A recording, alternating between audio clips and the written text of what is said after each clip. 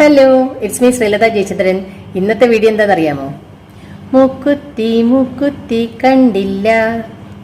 അങ്ങനെ ഞാൻ കുത്തി, ഇപ്പോഴല്ല കേട്ടോ, ജൂണിൽ കുത്തിയതാണ്. June last കുത്തിയതാണ്. കുറച്ച് ദിവസമായി, 2 മാസമായി. പക്ഷെ നമ്മൾ വിചാരിക്കും പോലെ അല്ല കേട്ടോ. നമ്മളിത് കാണുമ്പോൾ എല്ലാവരും ഇച്ചിരി കണ്ണീര് വരുന്നു, അത്രയൊക്കെ നമ്മൾ കാണുന്നുള്ളൂ. ഭയങ്കര വേദനയാണ്. കണ്ടു നോക്കാം നമുക്ക്.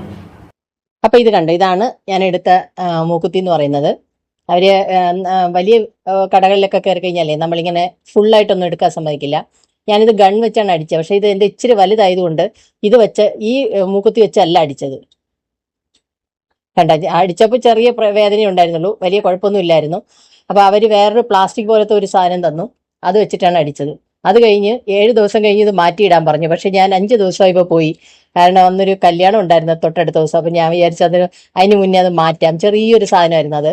അപ്പം അതിന് മുന്നേ അത് മാറ്റാമെന്ന് വിചാരിച്ചിട്ടാണ് പിന്നെ അത് പോയി മാറ്റാൻ വേണ്ടി പോയപ്പോഴാണ് മക്കളെ എന്തൊരു വേദനയായിരുന്നറിയാം. ഒന്നാമത് ഇത് ഉണങ്ങിയില്ല, ഇതിൻ്റെ മുറി ഉണങ്ങിയില്ല. ആ മുറി ഉണങ്ങുന്നതിന് മുന്നേ ഞാൻ പോവുകയും ചെയ്തു. അവരിതിങ്ങനെ പിടിച്ച് മലർത്തിയിട്ടല്ലേ അകത്തെ ഇത് ഊരിയെടുക്കുന്നത്. ഇതിപ്പോൾ നമ്മൾ മറ്റേ ഫാൻസി മേടിക്കുന്നില്ലേ, അതുപോലത്തെ സാധനമാണ് വെച്ചടിച്ചത്. അപ്പോൾ ജസ്റ്റ് പ്രസ്സിങ് ആയിരുന്നു. അപ്പോൾ ആ പ്രസ്സിങ് സാധനം ഊരിയെടുക്കണം. എൻ്റെ അടുത്ത് പറഞ്ഞത് വീട്ടിൽ തന്നെ ചെയ്യാം, നമ്മളിങ്ങനെ ഫ്രണ്ടിലോട്ട് വലിച്ചാൽ മതി, അത് ഊരി വരും എന്നൊക്കെയാണ് എന്നോട് പറഞ്ഞത്.